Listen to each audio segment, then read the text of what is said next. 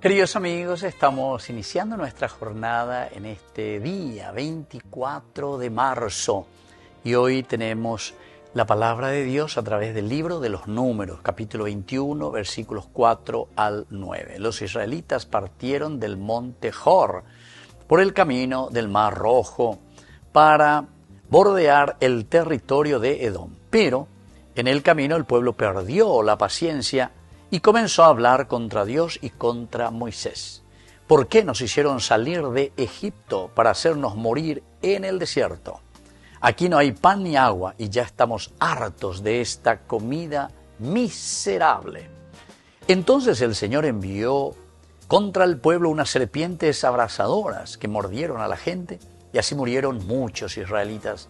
El pueblo acudió a Moisés y le dijo: hemos pecado hablando contra el Señor y contra ti.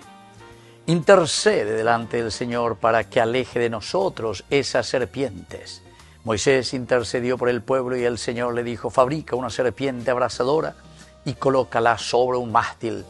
Y todo el que haya sido mordido al mirarla quedará sanado.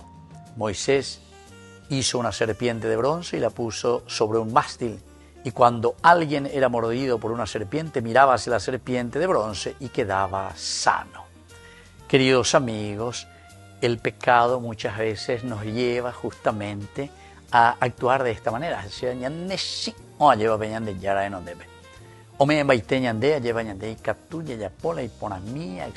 Pero sin embargo, preferimos, queridos amigos, hacer el pecado. Recordemos que el pecado, la palabra pecado, se considera dentro de un aspecto moral. Y el aspecto moral, lo que dice, lleva la pona.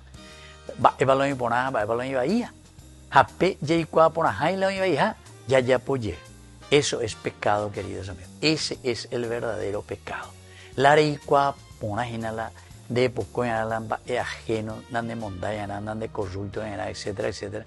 Peñandere cobe bella una vida concorde a lo que el Señor nos dice, que siempre va a apuntar al bien común. Y ahí el año de obispo fuera en este año 2026 se lleva el bien común, que significa para nosotros vivir de acuerdo a lo que el Señor nos propone para que seamos felices y para que podamos realizarnos como comunidad.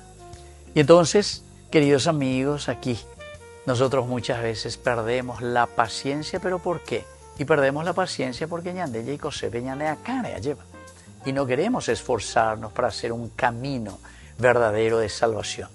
El camino del seguimiento de Jesucristo siempre va a ser exigente. Y para que hagamos ese camino que nos lleve a la verdadera felicidad, a la verdadera resurrección.